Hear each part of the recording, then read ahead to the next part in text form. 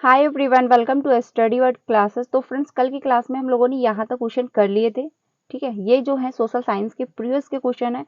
तो कल की क्लास में हम लोगों ने यहाँ तक कवर कर लिए थे। अगर आपने कल की क्लास नहीं देखी तो जाकर के देख सकते हैं। आज हम लोग यहाँ से स्टार्ट करने वाले हैं। ये क्लास डेली आपको 5 बजे मिलती है, तो आप डेली ज्वाइन कर सकते हैं। इसमें हम लोग प्रीवियस के क्वेश्चन भी कर रहे हैं एंड साथ ही साथ चैप्टर वाइज क्लासेस भी चल रही हैं। प्लेलिस्ट बना दी गई है, आपको जो है ढूंढने में भी आसानी रहेगी।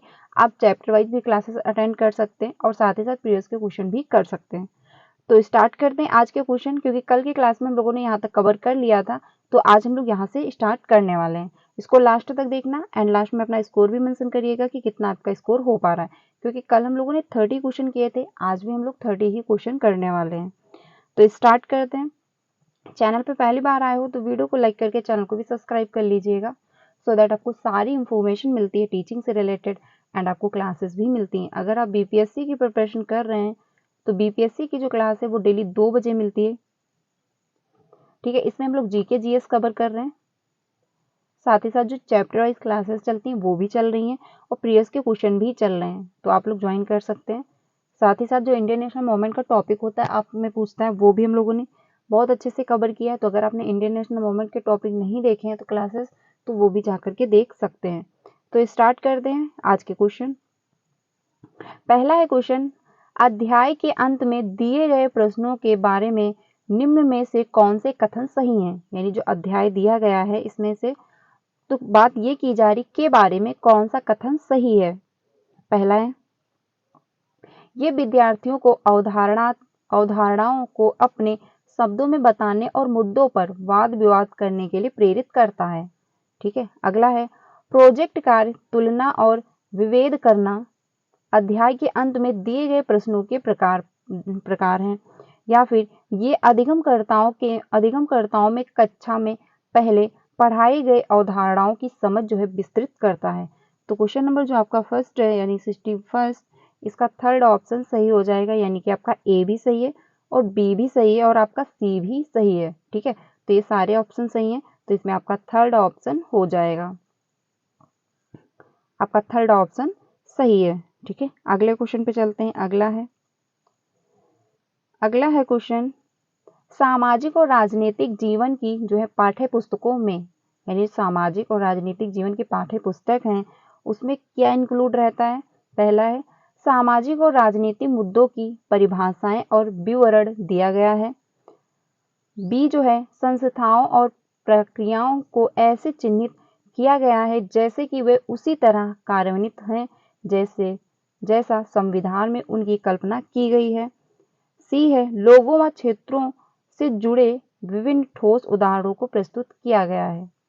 तो इसमें आपका जो आंसर हो जाएगा 2, यानी कि आपका ए भी सही है और बी भी सही है और सी भी सही, क्योंकि सामाजिक और राजनीतिक जीवन की जो पुस्तकें होती हैं वो हमारी मतलब समाज से ही रिलेट कर रही होती हैं। जो हम चीज़ें देखते हैं वो बुकों में प्रिंट होता है। और साथ ही साथ जो राजनीतिक यानी जो राजनीतिक मतलब जीवन राजनीतिक क्षेत्र में जो भी कार्यक्रम होते हैं, जैसे भी जो माहौल रहता है वो सारा उसमें दिया रहता है। जैसे चुनाव है तो चुनाव प्रक्रिया कैसे होती है, तो ये सब कुछ इंक्लूड रहता है किताब में। ठीक है, कि क्या क्या प्रोसेस होता है। तो ये सारे ऑप्शन आपके सही हैं, यानी ए भी सही है, बी भी सही है और आपका सी भी ऑप्शन सही है। तो आपका 2 ऑप्शन जो है वो सही हो जाएगा। अगले क्वेश्चन पे चलते हैं। अगला है, डॉक्टर अंबेडकर के कोरेगांव जाते हुए अनुभव का वर्णन करते हुए एक शिक्षक पूछते हैं, क्या आपको लगता है स्टेशन पर लोगों ने डॉक्टर अंबेडकर को उनके भाइयों के प्रति भेदभाव किया है। तो इसमें है, इस प्रकार में शिक्षक किस कौशल पर जोर दे रहे हैं। यानी कि जब शिक्षक पूछते हैं बच्चों से कि क्या आपको लगता है कि स्टेशन पर लोगों ने डॉक्टर अंबेडकर को उनके भाइयों के प्रति भेदभाव किया, तो ये कैसा क्वेश्चन है, मतलब ये किस कौशल को जो है विकसित कर रहा है। पहला है, कारण और प्रभाव को, या फिर परिस्थिति के बारे में परिकल्पना बनाना, या फिर अनुभवों की तुलना करना, या फिर परिस्थितियों से जो है अनुमान लगाना। तो इसमें आपका ऑप्शन जो है 4 सही होगा, यानी परिस्थितियों से अनुमान लगाना।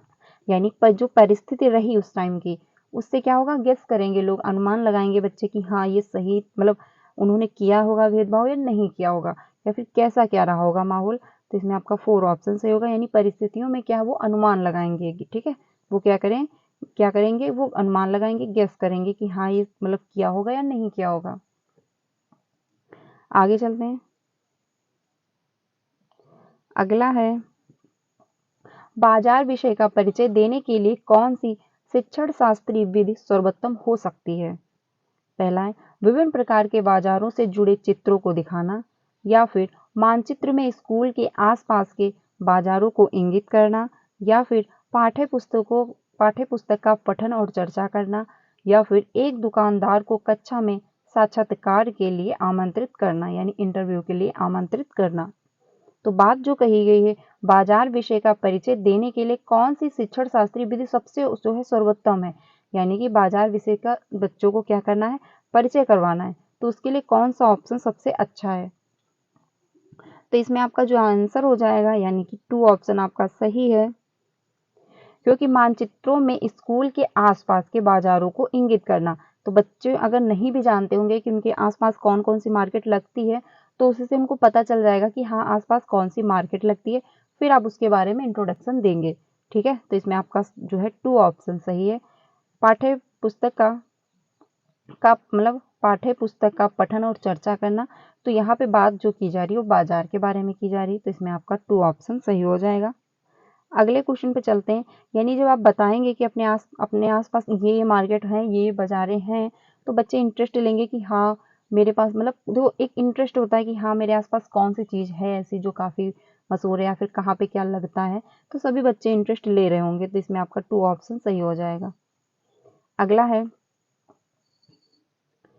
अगला क्वेश्चन है, यही है उस ईश्वर की महिमा, इसीलिए जो जो है आपका दूषण है भीतर, दूषित है काया भीतर से, इसमें कोई भ्रम न रखना, माहरी चोखा का है या कहना। एक शिक्षक के तौर पर आप इस कविता का विश्लेषण और अपने अधिगमकर्ताओं से चर्चा कैसे करेंगे। तो इसमें आपका आंसर जो होगा, यानी ये जो पोयम दिया गया है, इसमें बात ये की जा रही कि अपने अधिगमकर्ताओं से कैसे आप चर्चा इसकी करेंगे। तो पहला है, मानवीय शुद्धता हमारे विचार और विश्वास से निर्धारित होती है। मानवीय शुद्धता को ईश्वर की कृपा से पाया जा सकता है। मानवीय शुद्धता जन्म से निर्धारित होती है, या फिर मानवीय शुद्धता हम जो काम करते हैं उससे निर्धारित होती है। तो इसमें बात जो कही गई है 55, इसमें आपका 65, इसमें आपका थर्ड ऑप्शन सही हो जाएगा, यानी मानव शुद्धता जन्म से निर्धारित होती है, जो इस पोयम में बात कही गई है। क्योंकि इसमें बात यही कही गई, यही है इस ईश्वर की महिमा, इसीलिए जो है दूषण है भीतर, दूषित है काया भीतर से, यानी जन्म से ही है, यानी जिसका व्यवहार है तो वो जन्म से ही होगा। जैसी भी वो मतलब कुछ होती नहीं, मतलब कुछ चीज़ ऐसी होती जो कभी भी टाइम के साथ परिवर्तित नहीं होती हैं। तो इसमें आपका 2 ऑप्शन सही होगा, यानी कि जो बात कही जा रही इसमें कोई भ्रम न रखना। तो इसमें आपका यही आंसर होगा, यानी कि थर्ड ऑप्शन आपका सही हो जाएगा। अगले क्वेश्चन पे चलते हैं। अगला है, सामाजिक विज्ञान की पाठ्यचर्या उस प्राथमिक स्तर पर केंद्रित करता है। कौन कौन से ऑप्शन है, पृथ्वी के जीवन के आवास के रूप में समझ बनाना, या फिर अपने क्षेत्र राज्य और देश पर जो है अध्ययन करना, या फिर भारत के अतीत और सामाजिक विकास का अध्ययन करना, या फिर सही विकल्प का चयन करें। तो इसमें आपका कौन सा ऑप्शन सही होगा। 66 का आपका ए ऑप्शन सही है, यानी आपका ए भी सही है, बी भी सही है और सी भी सही है। सामाजिक विज्ञान की पाठ्यचर्या उच्च प्राथमिक स्तर पर केंद्रित है। तो इसमें सारे आपके ऑप्शन सही हो जाएंगे, यानी पृथ्वी के जीवन के आवास का जो है आवास के रूप में समझना भी मतलब समझ बनाना, अपने क्षेत्र राज्य और देश का अध्ययन करना, ये भी होगा। भारत के अतीत और सामाजिक विज्ञान का अध्ययन करना, तो ये भी होगा, क्योंकि भारत के अतीत या हमारे अतीत की बुक ही है। ठीक है, तो ये सारे जो हैं वो सही हैं, यानी आपका फर्स्ट ऑप्शन जो है वो सही हो जाएगा। अगले क्वेश्चन पे चलते हैं 67 पे। अगला है, ग्लोब और प्रकाश स्रोत का इस्तेमाल करके एक शिक्षक निम्न में से किन अवधारणाओं को दर्शा सकता है। यानी ग्लोब का जो मतलब ग्लोब का प्रयोग कर रहे हैं और प्रकाश के स्रोतों का प्रयोग करके एक तो शिक्षक है कौन सी अवधारणाओं को दर्शा सकता है। तो आपका पहला है परिक्रमण, दिन और रात, मौसमी परिवर्तन, या फिर वर्षा का वितरण। तो इसमें आंसर आपका जो होगा थर्ड सही हो जाएगा, यानी कि ए सही है, और आपका बी सही है, और आपका सी सही है। ठीक है, वर्षा का वितरण जो है ग्लोब से और प्रकाश के स्रोत से नहीं हो पाएगा। तो इसमें आपका जो आंसर हो जाएगा यानी 67 का थर्ड ऑप्शन आपका सही है। यानी परिक्रमण तो आप बता दोगे कि हाँ ऐसे से जो है पृथ्वी घूमती है, पैसे से जो परिक्रमण होता है। दिन रात भी आप बता दोगे कि कैसे दिन और रात होता है। मौसम संबंधी परिवर्तन भी आप बता दोगे, लेकिन जो वर्षा का वितरण है ये संभव नहीं हो पाएगा। तो इसमें आपका थर्ड ऑप्शन जो है सही होगा। अगले क्वेश्चन पे चलते हैं।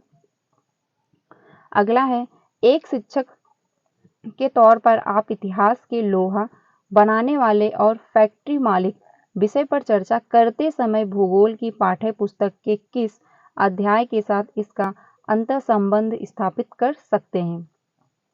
तो खनिज संसाधन से, उद्योग से, या फिर जो है ऊर्जा संसाधन से, या फिर हमारे पृथ्वी के अंदर। तो इसमें आपका कौन सा ऑप्शन सही होगा? इसमें आपका ऑप्शन जो है वो थर्ड सही होगा, यानी ए सही है, और बी सही है, और सी सही है। बात जो कही गई है कि इतिहास के लोहा बनाने वाली फैक्ट्री मालिक पर चर्चा करनी है। ठीक है, करते समय भूगोल की पाठ्य पुस्तक के किस अध्याय के साथ इसका संबंध जो है स्थापित करेंगे? तो बात जो हो रही लोहा बनाने वाली फैक्ट्री का, तो आपका खनिज संसाधन हो जाएगा, उद्योग संसाधन से भी जुड़ा हुआ है, और आपका ऊर्जा संसाधन से भी जुड़ा हुआ है। ठीक है, लेकिन हमारे पृथ्वी के अंदर इससे जो है नहीं जुड़ा हुआ, तो आपका डी गलत हो जाएगा। इस वजह से आपका थर्ड ऑप्शन जो है वो सही हो जाएगा। ठीक है, यानी डी यहाँ पे भी है, डी यहाँ पे भी है, और डी यहाँ पे भी है, लेकिन थर्ड ऑप्शन में डी नहीं है, तो आपका डी ऑप्शन जो है वो सही हो जाएगा। अगले क्वेश्चन पे चलते हैं। अगला है, एक शहर के स्कूल में भूगोल की कक्षा में वनों के प्रकार विषय का परिचय देने के लिए सर्वोत्तम विधि है। यानी कि क्लासरूम में, एक शहर के मतलब स्कूल में भूगोल की कक्षा में वनों के प्रकार जो हैं उस पर चर्चा करनी है या उसका परिचय देना है, तो सबसे सर्वोत्तम विधि कौन सी होगी? ठीक है, तो पहला है विभिन्न प्रकार के वनों पर आधारित डॉक्यूमेंट्री जो है दिखाना, या फिर वनों के प्रकार पर कार्य करने के लिए अधिगमकर्ताओं को छोटे समूह में बांटना, या फिर विद्यालय के समीप वन का क्षेत्र भ्रमण करना आयोजन करना, या फिर क्षेत्र में पाए जाने वाले वनों पर पावर जो है पॉइंट प्रेजेंटेशन जो है बनाना। तो इसमें आपका आंसर जो होगा थर्ड सही हो जाएगा, यानी कि विद्यालय के समीप जो वन क्षेत्र है उसका आप क्या करेंगे? भ्रमण कराएंगे।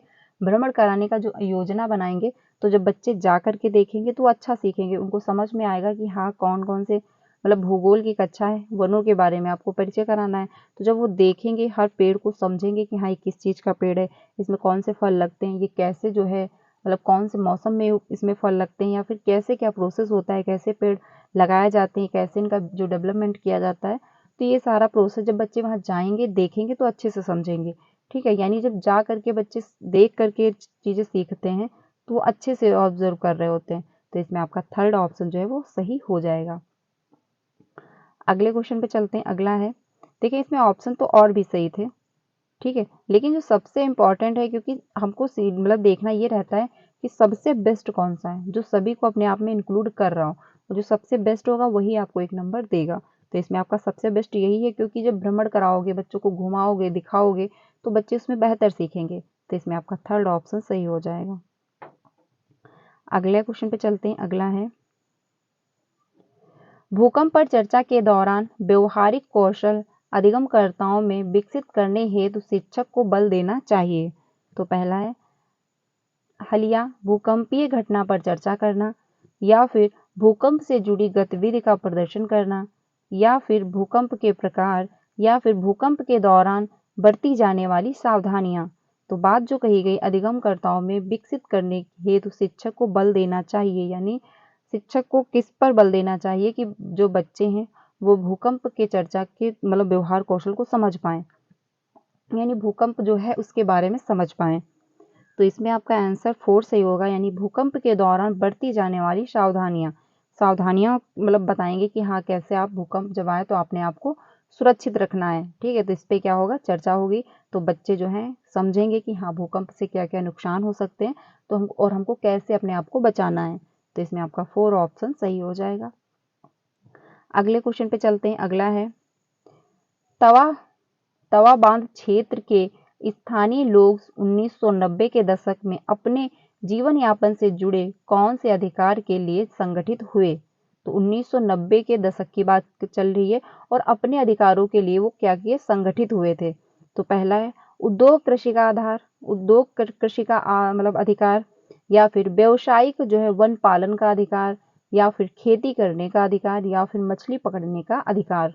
तो बात हो रही है 1990 के दशक की, तो इसमें आपका 4 ऑप्शन सही होगा, यानी मछली पकड़ने का अधिकार जो था ये उनको नहीं मिल रहा था। इस वजह से जीवन यापन के लिए सभी लोग क्या हुए थे?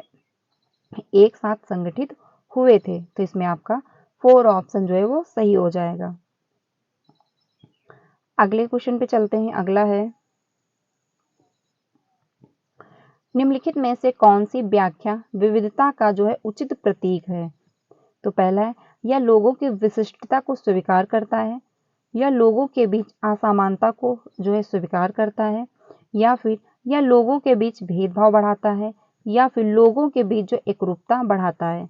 तो बात जो हो रही है विविधता, क्योंकि विविधता सब जगह मिलती है, यानी अगर कहीं समानता है तो आपको असमानता भी देखने को मिलेगी। तो दोनों चीजें जो रहती एक साथ इंक्लूड रहती, यानी अगर दो बच्चे जुड़वा हुए भी हैं, ट्विंस हैं, तो भी उनमें समानता होने के साथ साथ असमानता भी पाई जाएगी, यानी वो सेम होंगे पर तब भी उनमें कुछ ना कुछ डिफरेंस होगा। एक साथ रह रहे हैं, सब कुछ सारी एक्टिविटी एक साथ कर रहे होंगे, लेकिन तब भी उनमें क्या है? कुछ डिफरेंस होंगे, यानी कुछ ऐसी एक्टिविटियां होंगी जो एक दूसरे से अलग होंगी। तो इसमें आपका जो आंसर हो जाएगा 2 आंसर सही है, यानी यह लोगों के बीच असमानता को स्वीकार करता है, क्योंकि जो विविधता है सभी जगह देखने को मिलती है। क्योंकि विविधता यानी जो है वो सभी जगह है। आप किसी भी क्षेत्र में चले जाएं, वहाँ का माहौल चेंज है, किसी भी दूसरे क्षेत्र में चले जाएं, वहाँ लैंग्वेज चेंज होगी, पहनावा चेंज होता है, बातचीत करने का तरीका चेंज होगा, खान पीन चेंज होता है, सभी जगह का सब कुछ चेंज रहता है। लेकिन उसके बाद भी क्या है? जो असमानता है उसको स्वीकार करता है। तो इसमें आपका 2 ऑप्शन सही हो जाएगा। जैसे भारत देश है तो विविधताओं का देश है, यहाँ पे हर प्रकार की आपको संस्कृत मिलती है, हर प्रकार के लोग मिलते हैं, हर प्रकार का पहनावा है, सब कुछ है। तो इसमें क्या है? यानी सबको तभी भी इंक्लूड किए हुए, तो विविधता को स्वीकार करता है। तो इसमें आपका 2 ऑप्शन जो है वो सही हो जाएगा, ना कि ये होगा या लोगों के बीच भेदभाव बढ़ाता है, ऐसा आपका ऑप्शन सही नहीं होगा। या लोगों के बीच एकरूपता बढ़ाता है, तो ये भी नहीं होगा, क्योंकि एकरूपता क्या, सभी को हमको एक जैसा नहीं बनाना है, बल्कि जो जैसा है, यानी कि मान लीजिए ये एक है, इसमें कुछ ऐसे चित्र भी बने होंगे, कुछ ऐसे भी बने होंगे, कुछ ऐसे भी बने होंगे, तो हमको सबको क्या करना है? इंक्लूड करना है। ये नहीं कि सब एक ही जैसे जो हो उनको एक ही पास रखना है, ऐसा जो पॉसिबल नहीं, बल्कि ये यानी जैसे भी हैं सबको क्या करना है? स्वीकार करना है। तो इसमें आपका 2 ऑप्शन जो है वो सही हो जाएगा। अगले क्वेश्चन पे चलते हैं। अगला है भारतीय लोकतंत्र के संदर्भ में निम्न में से कौन सा कथन गलत है? यानी भारतीय लोकतंत्र के संदर्भ में बताना है।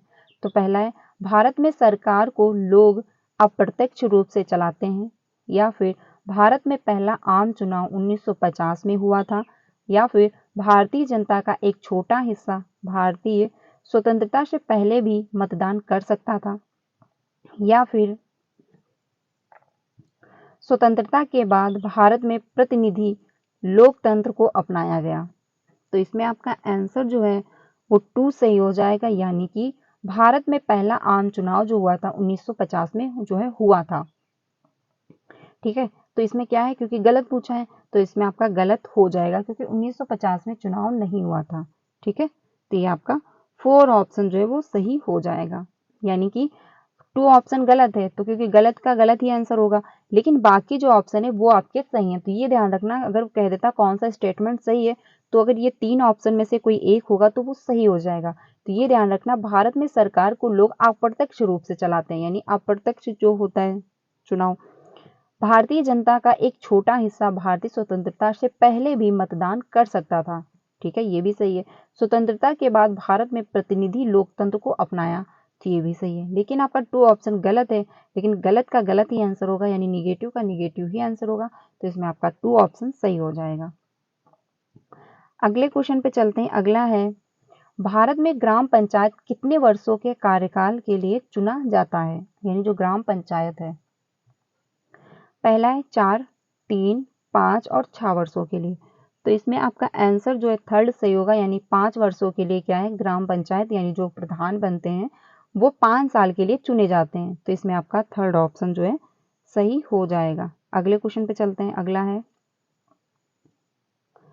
पुलिस थाने के प्रभारी का पद नाम क्या है, यानी पुलिस थाने के जो प्रभारी होते हैं उनका पद नाम क्या है। अफसर ऑन स्पेशल ड्यूटी, या फिर होम इंस्पेक्टर, या फिर स्टेशन हाउस जो अफसर, या फिर पुलिस अधीक्षक।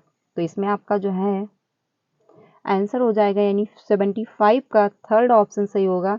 75 का थर्ड ऑप्शन सही होगा, यानी स्टेशन हाउस अफसर उनको कहेंगे। ठीक है, इसमें आपका थर्ड ऑप्शन जो है वो सही हो जाएगा। अगले क्वेश्चन पे चलते हैं। अगला है, हिंदू उत्तराधिकारी अधिनियम में लगाए गए 2005 के संशोधन ने निम्नलिखित में से क्या मुहैया करवाया। तो पहला है, हिंदू समुदाय का विवाह संबंधित विशिष्ट कानून का अधिकार, पुरुषों का तलाक के बाद जो है मुआवजा देने की जिम्मेदारी से सुरक्षा का अधिकार, अल्पसंख्यक समुदाय का धार्मिक विद्यालय खोलने का अधिकार, महिलाओं का पारिवारिक संपत्ति में जो है बराबर हिस्सेदारी का अधिकार। तो 2005 जो है वो कौन सा अधिकार दिलाता है। तो इसमें आपका आंसर जो है 4 सही होगा, यानी महिलाओं का जो है पारिवारिक संपत्ति में बराबर का हिस्सेदारी का अधिकार है। क्योंकि आज की डेट में अगर मान लीजिए कुछ भी हो जाता है, जिसके पास भी जमीन है तो वो जमीन पत्नी के पास भी आ जाती है, यानी जो महिलाएं होती हैं घर में उनका भी संपत्ति में अधिकार होता है। तो इसमें आपका 4 ऑप्शन सही हो जाएगा। 2005 में जो संशोधन हुआ था उसमें हिंदू उत्तराधिकार अधिनियम के अंतर्गत यही कहा गया कि महिलाओं को भी संपत्ति, यानी परिवार की जो संपत्ति है उसमें भी इनको जो है हिस्सेदारी मिलनी चाहिए। तो इसमें आपका 4 ऑप्शन सही हो जाएगा। अगला है क्वेश्चन, भारतीय संविधान की व्याख्या के अंतिम अर्थ निर्णायक किसे माना जाता है, यानी अंतिम अर्थ निर्णायक जो है वो किसे माना जाता है। न्यायपालिका को, या फिर अटॉर्नी जनरल को, या फिर भारत के राष्ट्रपति को, या फिर संसद को। तो क्वेश्चन नंबर जो 77 है इसमें आपका फर्स्ट ऑप्शन सही हो जाएगा, यानी न्यायपालिका को। ठीक है, अंतिम अर्थ निर्णायक किसे माना जाता है, न्यायपालिका को माना जाता है। तो आपका फर्स्ट ऑप्शन सही हो जाएगा। अगले क्वेश्चन पे चलते हैं। अगला है, हत्याचार निवारण अधिनियम सन 1989 को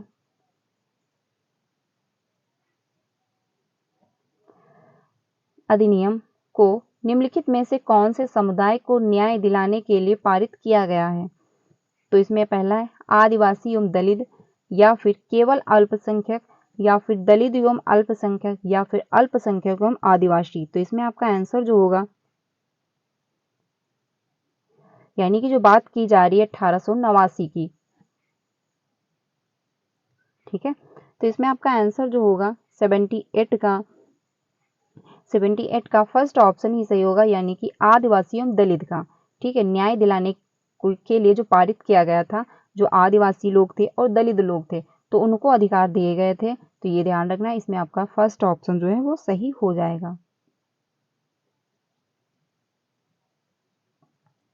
ऐसे राजनीतिक व्यवस्था जिसमें एक से ज्यादा स्तर की सरकार हो उसे डैश डैश कहा जाता है, यानी कि कौन सी ऐसी राजनीतिक व्यवस्था है जिसमें एक स्तर से जो है एक स्तर की सरकार हो, यानी एक स्तर से ज्यादा सरकार हो, तो उसको क्या कहेंगे, गणतंत्रात्मक कहेंगे, या फिर संघवाद कहेंगे, या फिर धर्मनिरपेक्ष कहेंगे, या फिर उदारवादी कहेंगे।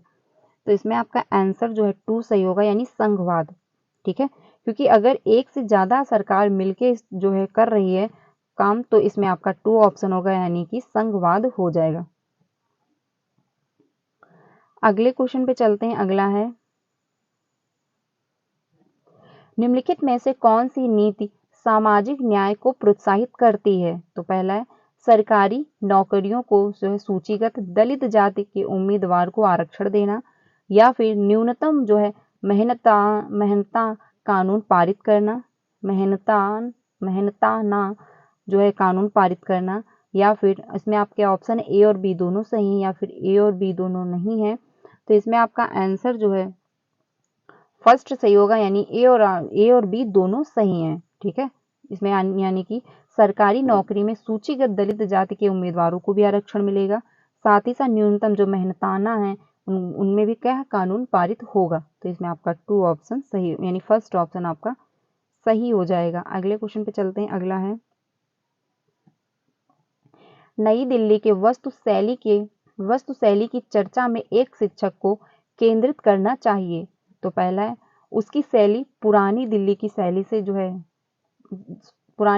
शैली से कैसे श्रेष्ठ है, या फिर कैसे यह जो है ब्रिटिश महत्ता और विषम का जो है भाव पैदा करता है, या फिर कैसे पर्यटक इमारतों को देखते हैं, इमारतों को दूर से कैसे देखा जाना चाहिए।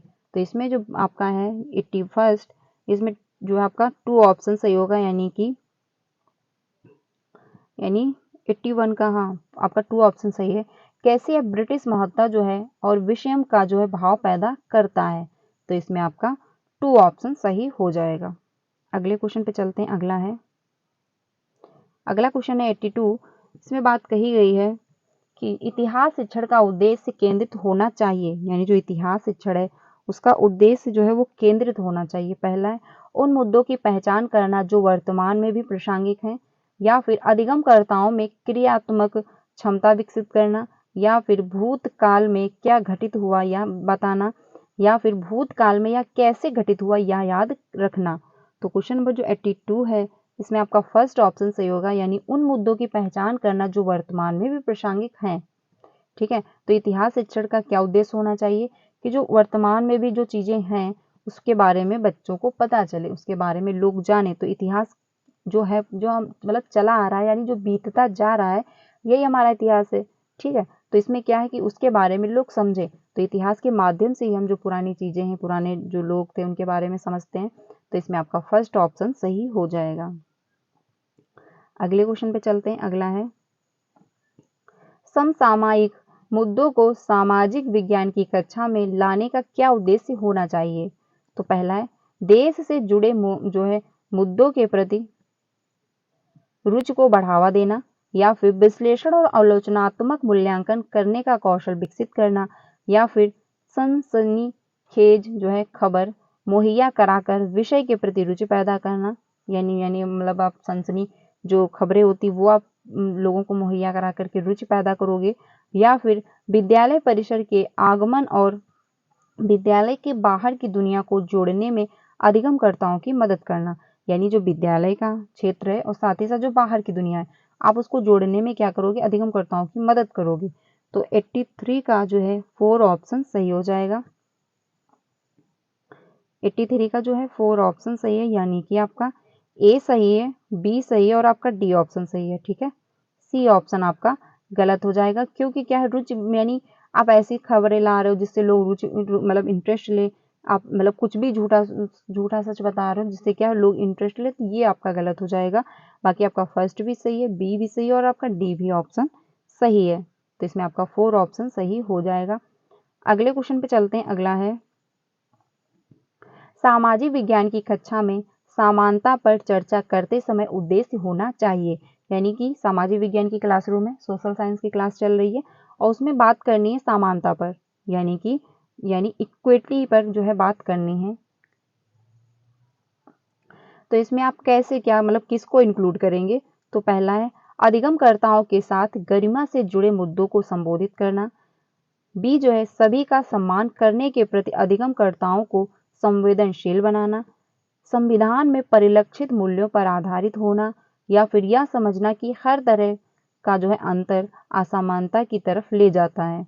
तो इसमें आपका आंसर जो सही है 2 सही है, यानी कि आपका बी ऑप्शन सही है, सी सही है और आपका डी ऑप्शन सही है।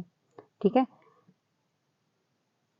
यानी कि आपका 84 का 2 ऑप्शन सही होगा, बी सही है और सी सही है और आपका डी ऑप्शन सही है।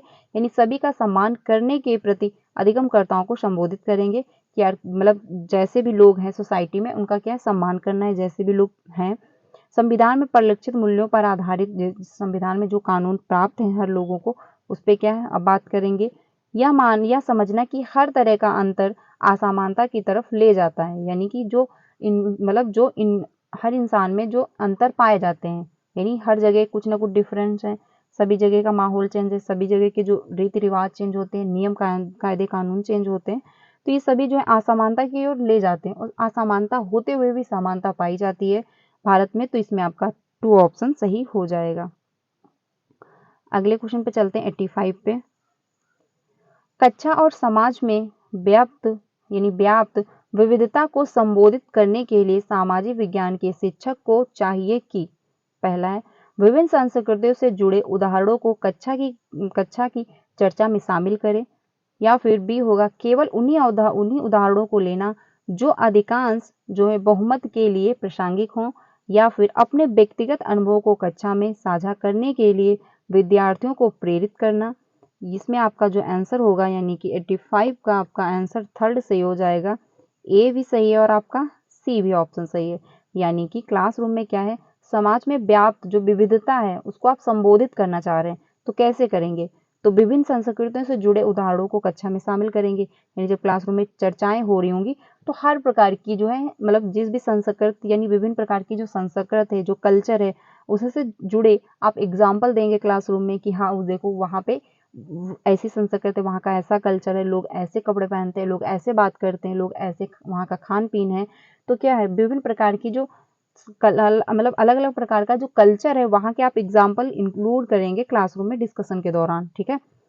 सी जो है अपने व्यक्तिगत अनुभव को कक्षा में साझा करने के लिए विद्यार्थियों को प्रेरित भी करेंगे कि आखिर बच्चे का क्या अनुभव है, बच्चे भी अपना उसमें इंक्लूड हो, बच्चे भी अपनी राय रखें कि हाँ जो विविधता है, जो हर जगह के लोग चेंज होते हैं, उनमें क्या अनुभव उनको मिलता है।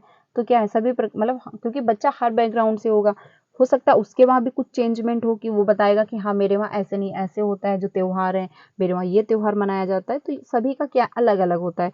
तो विविधता वाले जो समाज में आप कैसे सबको मतलब संबोधित करेंगे। तो इसमें आपका फर्स्ट और सी ऑप्शन है, यानी कि आपका थर्ड ऑप्शन सही हो जाएगा। एक मिनट, इसमें आपका थर्ड ऑप्शन सही है। ठीक है, ए भी सही है और सी भी सही है। तो इसमें आपका थर्ड ऑप्शन होगा क्योंकि बच्चों के जो अनुभव है वो भी आप इंक्लूड करोगे कि एटलीस्ट बच्चे के क्या अनुभव रहे हैं, क्योंकि बच्चे जरूरी नहीं कि एक ही मतलब माहौल से आए हों, एक ही मतलब इन्वायरमेंट से हों, वो सभी जगह अलग अलग होंगे। कहीं का कुछ और कल्चर होगा तो कोई बच्चे दूसरे कल्चर से आ रहे होंगे, तो वो भी जब अपना अनुभव रखेंगे तो उसमें भी बच्चे समझेंगे हर चीज को। तो इसमें आपका थर्ड ऑप्शन सही होगा, यानी बच्चे भी क्या है प्रेरित होंगे।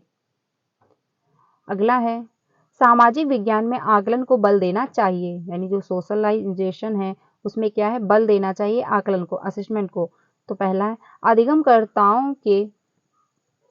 अधिगमकर्ताओं के सूचना को याद करने का मापन करना, या फिर अपने अधिगम को विभिन्न दैनिक परिस्थितियों से जोड़ने की अधिगमकर्ताओं की क्षमता का मूल्यांकन करना, या फिर उन अधिगमकर्ताओं की पहचान करना जो असफल हो रहे थे, या फिर अधिगमकर्ताओं की कक्षा में लेखन की जो है क्षमता को जांचना। तो 86 का 2 ऑप्शन सही होगा, यानी अपने अधिगम को विभिन्न दैनिक परिस्थितियों से जोड़ने की अधिगमकर्ताओं की क्षमता का मूल्यांकन करेंगे। तो इसमें आपका 2 ऑप्शन सही होगा कि जो बच्चा है क्लासरूम में सीख रहा है तो अपने दैनिक जीवन में इसको कैसे प्रयोग कर पा रहा है, ठीक है, कैसी परिस्थितियों में अपने आप को जोड़ पा रहा है या नहीं जोड़ पा रहा है, तो आप इसका मूल्यांकन करेंगे। ठीक है, तो इसमें आपका 2 ऑप्शन सही हो जाएगा। अगला है 87, द्वितीयक स्रोत का उदाहरण है। पहला है भारत का संविधान जो है अविनिंद्रनाथ टैगोर की जो है पेंटिंग, या फिर सी ए वेली द्वारा लिखित ए इलेक्ट्रेंड हिस्ट्री ऑफ मॉडर्न इंडिया, या फिर जेम्स मिल द्वारा लिखी ए हिस्ट्री ऑफ ब्रिटिश इंडिया। तो बात जो कही जा रही द्वितीयक स्रोत की, यानी कि 87 जो है इसमें आपका थर्ड भी ऑप्शन सही है, आपका फोर्थ भी ऑप्शन सही है। देखिए जो ऑफिशियल आंसर की में आपके गिवन है आंसर वो थर्ड भी है और फोर्थ भी है। ठीक है, तो मुझे यही लगता है कि सीटेट ने इसमें सभी को नंबर दे दिए होंगे, लेकिन आपका जो आंसर थर्ड भी है और फोर्थ भी सही है। तो आप लोग एक बार इसको गूगल पे सर्च कर लीजिएगा, या फिर इसमें आंसर तो दोनों ही दिए गए हैं ऑफिशियल आंसर की में। ठीक है, तो इसमें आपको जो है आंसर सभी को एक नंबर मिल गया होगा, क्योंकि ऐसा होता है जब एक मतलब क्वेश्चन में ऐसी कुछ दिक्कतें होती हैं तो सभी को नंबर दे दिया जाता है। ठीक है, तो इसमें आपका आंसर जो है वो दोनों सही हैं। अगले क्वेश्चन पे चलते हैं 88 पे। औपनिवेशिक भारत में स्त्री शिक्षा पर चर्चा करने के लिए विद्यार्थी निम्न आत्मकथाओं में से किसको संदर्भित कर सकते हैं। तो इसमें आपका है रुकैया सखावत हुसैन कृत सुल्तान का स्वप्न, या फिर संतान सतनार कृति मणिमेकालाई, या फिर ताराबाई शिंदे जो है कृत स्त्री पुरुष की तुलना, या फिर रास सुंदरी देवी कृत अमार जो है जीवान। तो इसमें आपका जो बात कही जा रही आत्मकथाओं यानी जो आत्मकथाएं हैं, तो 88 जो है इसमें आपका 4 ऑप्शन सही होगा, यानी रास सुंदरी देवी कृत जो है अमार जीवान है। उसमें क्या है, आत्मकथाओं में से किसको आप संदर्भित करेंगे, तो आपका 4 ऑप्शन सही हो जाएगा। स्त्री शिक्षा पर चर्चा करने के लिए है, ठीक है। तो स्त्री पर अगर चर्चा करनी है तो इसमें आपका 4 ऑप्शन हो जाएगा सही। अगले क्वेश्चन पे चलते हैं 89 पे। 89 है भूगोल शिक्षण को किन मुद्दों से जुड़े संदर्भ में परिप्रेक्ष्य का विकास करना चाहिए। तो पहला है संसाधन और संरक्षण, विकास और विस्थापन, विविधता में एकता से जुड़ी चुनौतियां, या फिर मानव विकास। तो इसमें आपका है 89 4 ऑप्शन सही हो जाएगा, यानी कि आपका केवल ए और डी ऑप्शन सही है, ठीक है। ए और आपका डी ऑप्शन सही है, संसाधन और संरक्षण, मानव विकास। क्योंकि भूगोल शिक्षण को किन मुद्दों से जोड़े संदर्भ में परिप्रेक्ष्य का विकास करना चाहिए, तो मानव यानी कि संसाधन और संरक्षण से जोड़ेंगे आप, और साथ ही साथ मानव विकास को भी जोड़ेंगे, तो इसमें आपका 2 ऑप्शन सही हो जाएगा। अगले क्वेश्चन पे चलते हैं। अगला है एक सक्रिय सामाजिक विज्ञान की कक्षा अधिगमकर्ताओं को प्रेरित करती है। तो पहला है व्याख्यान को सुनना और साझा किए गए पर निर्भर रहना, या फिर चुनौतीपूर्ण प्रोजेक्ट में भागीदार बनना, या फिर चर्चाओं को न्यूनतम रखना, या फिर पाठ्य पुस्तक के पठन पर केंद्रित होना। तो इसमें आपका आंसर जो है 2 सही हो जाएगा, यानी चुनौतीपूर्ण प्रोजेक्ट में क्या है, भागीदार बनना। तभी जाके सक्रिय सामाजिक विज्ञान की क्लासरूम जो है, सोशल साइंस की जो क्लासरूम है, उसमें बच्चे जो है वो प्रेरित होंगे। क्योंकि अगर प्रोजेक्ट जो दिया जा रहा है तो उसमें बच्चे क्या है, इन्वॉल्व हो रहे हैं, एक्टिविटी कर रहे हैं, सीख रहे हैं, तो उसमें वो बेहतर सीखेंगे। और क्लासरूम में भी मतलब जो है एक्टिव हो गया, यानी क्लासरूम के सारे बच्चे भी एक्टिव होंगे, तो ये जो क्लासरूम होगी वो अच्छी मानी जाएगी कि जिसमें बच्चे सारे एक्टिव हों, ठीक है। तो इसमें आपका 2 ऑप्शन, यानी कि चुनौतीपूर्ण जो प्रोजेक्ट है उसको भागीदार उसमें बच्चे जब लेंगे, यानी कि हर बच्चा सोचेगा, कंपटीशन होगा थोड़ा बहुत कि हाँ मेरा दोस्त ना निकल जाए, तो थोड़ा बहुत क्लासरूम में कंपटीशन होना चाहिए, बट ज़्यादा नहीं। ये नहीं कि एक दूसरे से सब प्रतिस्पर्धा ही करते जा रहे हैं, ऐसा क्लासरूम में आपको नहीं कराना है। तो इसमें आपका 2 ऑप्शन सही हो जाएगा। तो फ्रेंड्स ये 30 क्वेश्चन थे, मैंने आप लोगों के साथ डिस्कस किए। आई होप आपको हेल्प मिली होगी। तो कमेंट में अपना स्कोर बताइएगा कि कितना आपका स्कोर हो पाया है। साथ ही साथ क्लास अच्छी लगी हो तो लाइक करिएगा, एंड अपने सारे फ्रेंड को शेयर करना जो भी सीटेट की प्रिपरेशन कर रहे हैं। 3 बजे और 5 बजे की क्लास आप ज्वाइन करिए, आपका पेपर 1 भी क्लियर हो जाएगा, पेपर 2 भी आपका क्लियर हो जाएगा, कोई दिक्कत नहीं होगी। क्योंकि एनसीईआरटी सीटेट फॉलो करता है, मैं एनसीईआरटी ही डिस्कस करती हूँ, साथ ही साथ प्रीवियस के क्वेश्चन भी। आपको 3 बजे की क्लास जो मिलती है उसमें बहुत सारे मैंने प्रीवियस के क्वेश्चन करवा दिए हैं, काफ़ी सेट करवा दिए हैं। और साथ ही साथ आपका ये नहीं कि सीडीपी का ही, हिंदी का भी करवाया है, ईवीएस का भी हो चुका है, मैथ पेडागोजी का भी हो चुका है। तो अगर आपने प्रीवियस के क्वेश्चन की क्लास नहीं देखी तो जाकर के देख सकते हैं, प्ले लिस्ट बना दी है मैंने, और उसमें सारे प्रीवियस के क्वेश्चन दिए गए हैं, तो आप लोग ज्वाइन कर सकते हैं, इसमें कोई दिक्कत आपको नहीं होगी। चैप्टर वाइज क्लासेस आपको मिल जाएंगी, यानी कि हर मतलब सब्जेक्ट वाइज क्लासेस मिल जाएंगी कि सीडीपी के प्रीवियस के क्वेश्चन है, ईवीएस के प्रीवियस के क्वेश्चन है, तो आपको दिक्कत नहीं होगी, आपको समझ में अच्छे से आएगा, ठीक है। तो आज के लिए इतना ही। क्लास अच्छी लगी हो तो लाइक करना, मिलते हैं नेक्स्ट वीडियो में, तब तक के लिए ध्यान रखना। वीडियो अच्छी लगी हो तो अपने सारे फ्रेंड को शेयर करना। Thank you.